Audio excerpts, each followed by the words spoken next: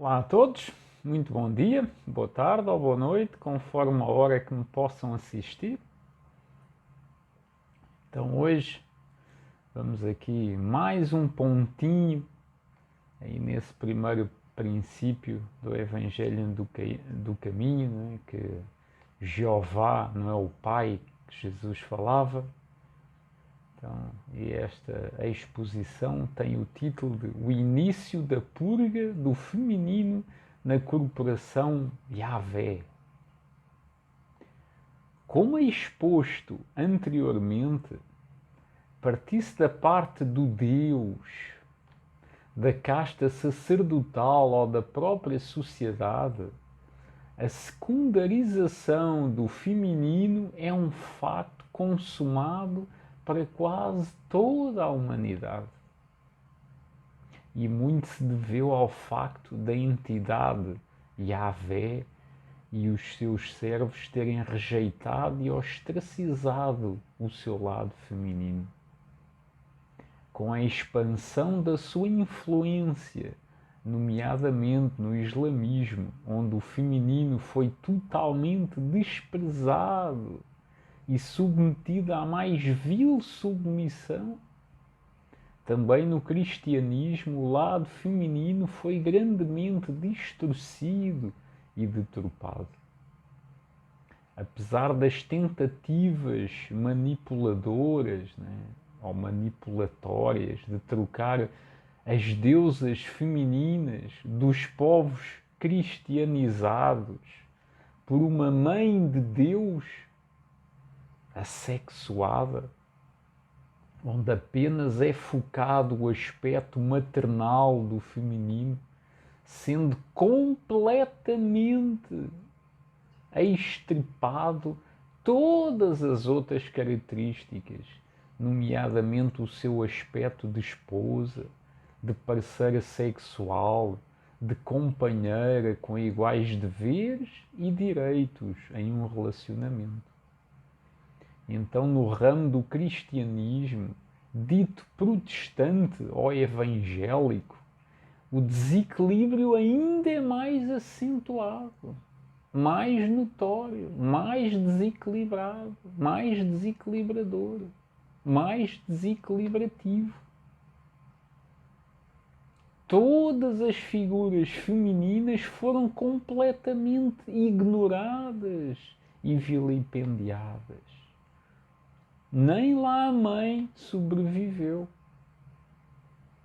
E tudo isto deve-se à completa obliteração, a extinção da deusa do lado feminino da corporativa entidade Jeová, Yahvé.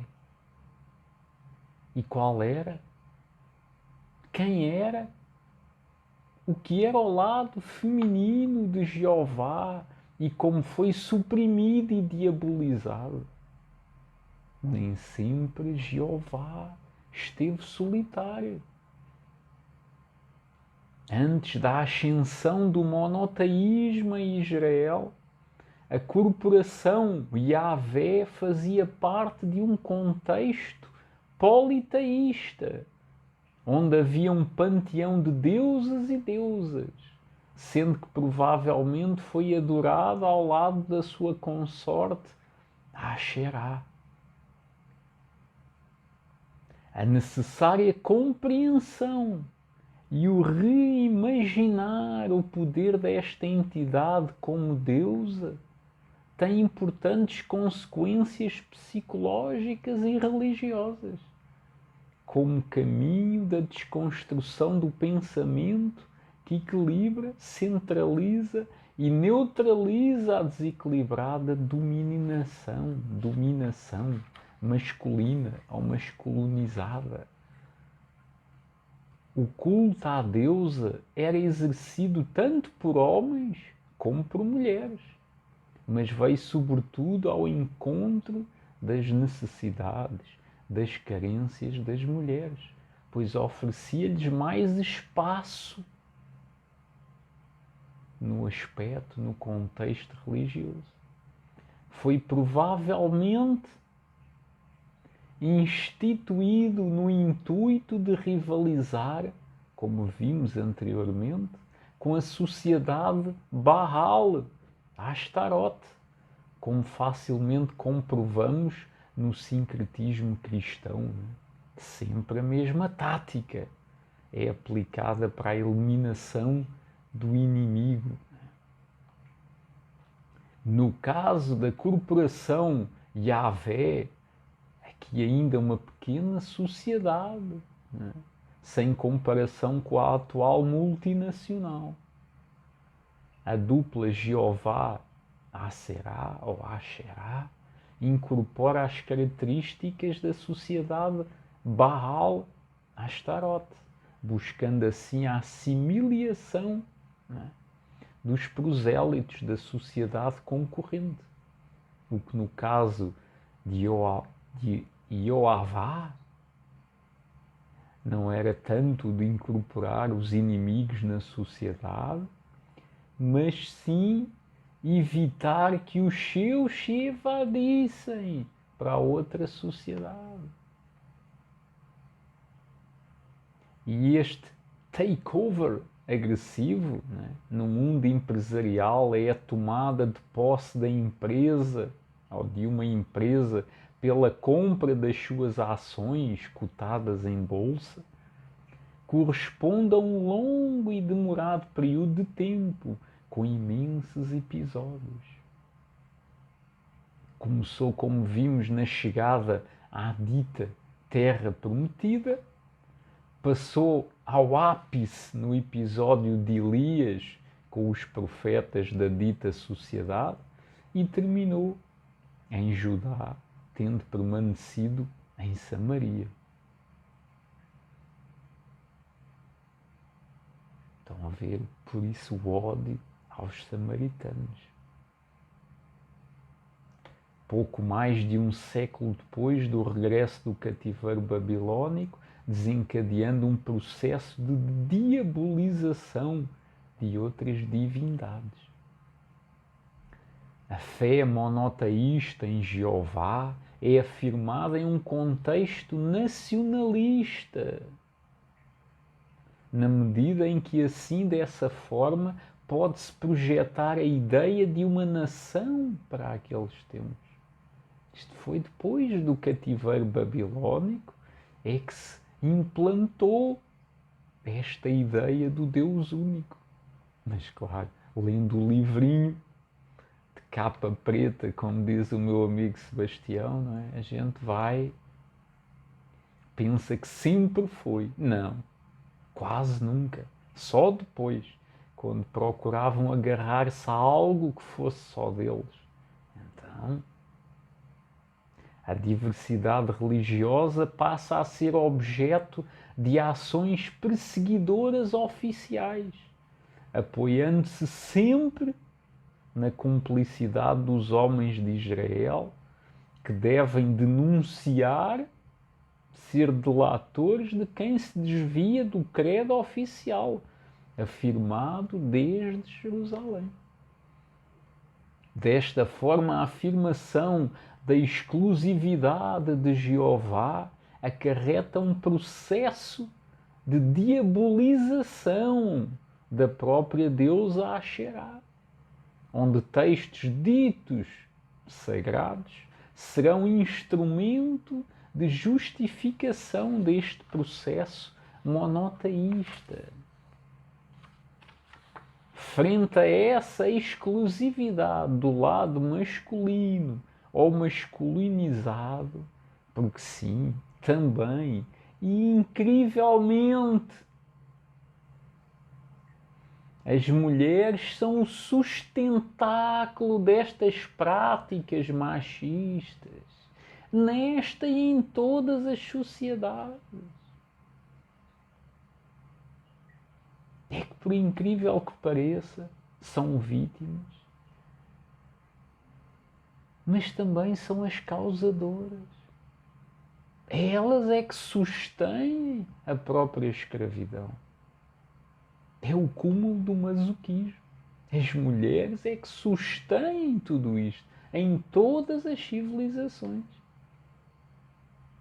Incrível, não é? Será impossível a sobrevivência de qualquer outra divindade, além de que o foco total em Jeová será o critério de afirmação do sacerdócio, apenas, claro, masculino, perpetuando uma sociedade patriarcal. Foi aqui a partir, porque havia também sacerdotisas, né? De Asherá, o que tanto enfureceu Jeová, como vimos lá no último vídeo colérico. Então, neste contexto, a existência de outras divindades, masculinas e femininas, foi sempre encarada como uma ameaça ao monoteísmo estabelecido, sendo que as reformas religiosas em Judá, de Josafá, de 870 a 848 antes da era cristã, e de Ezequias, de 716 a 687 antes da era cristã, e de Josias, de 640 a 609 antes da era cristã, e as legislações do tal Código da Aliança, não é? Êxodo 20, 22, de 23 a 23, 19, e do Código Deuteronômico, Deuteronômio 12 a 26, agiram como instrumentos que visavam assegurar totalmente e inequivocamente a fé monoteísta. Então houve pelo menos cinco principais fases do desenvolvimento e expansionismo do monoteísmo pela entidade Yahvé no antigo Israel. A primeira fase seria marcada pelo sincretismo entre El e Jeová, no qual El é uma divindade cananeia cujas características principais são as de ser Criador da terra e Pai dos deuses. A segunda fase, por volta do século IX antes da era cristã, seria marcada pelos conflitos com a sociedade Baal. Baal era o filho de El, cuja característica principal era a fertilidade.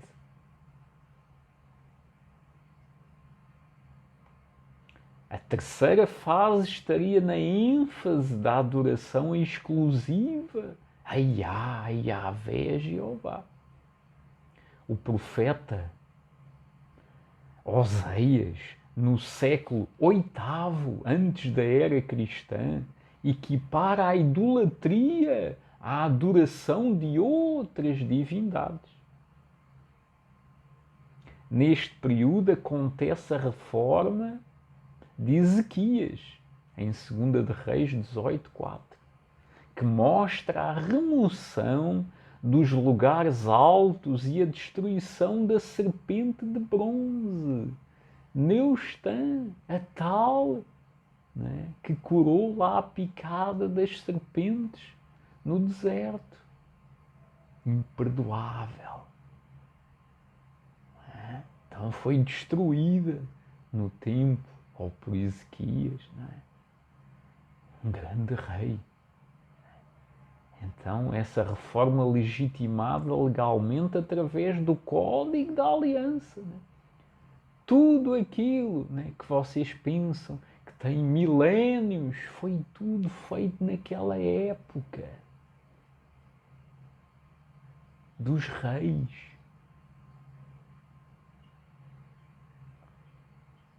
Relembrar aqui que essa serpente de bronze empoleirada em um madeiro representava o lado feminino, conectado com a natureza. E esse lado feminino é que tinha o poder da sabedoria da cura. Mas é que eles já não curam mais. Mata tudo. Do templo de Jerusalém teriam sido retirados utensílios feitos para Baal, Asherá e o exército do céu. Sacerdotes dos altos foram depostos. A estaca sagrada, em hebraico, Asherá, foi destruída. Cabanas onde as mulheres teciam véus para Asherá foram demolidas, etc.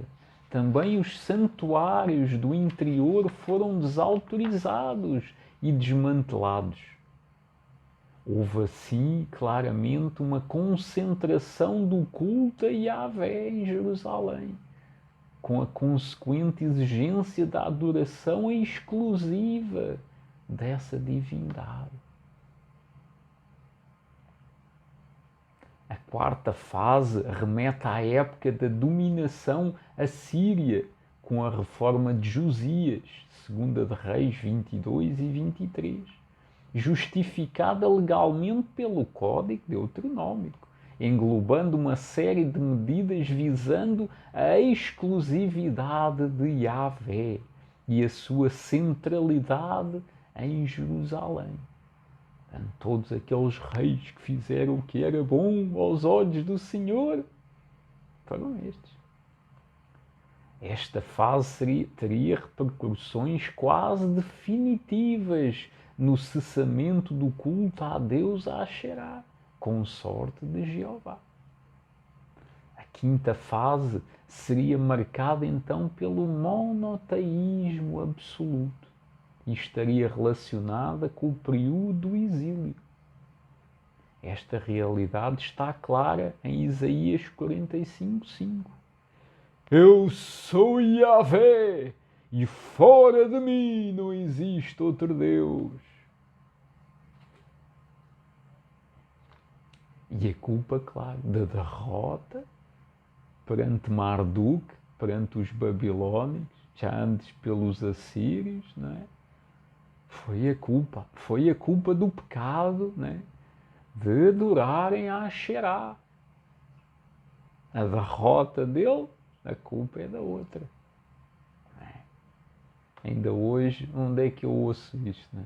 A culpa é sempre da mulher. A culpa da queda do homem é da mulher. E o pior é que as mulheres acreditam nisso.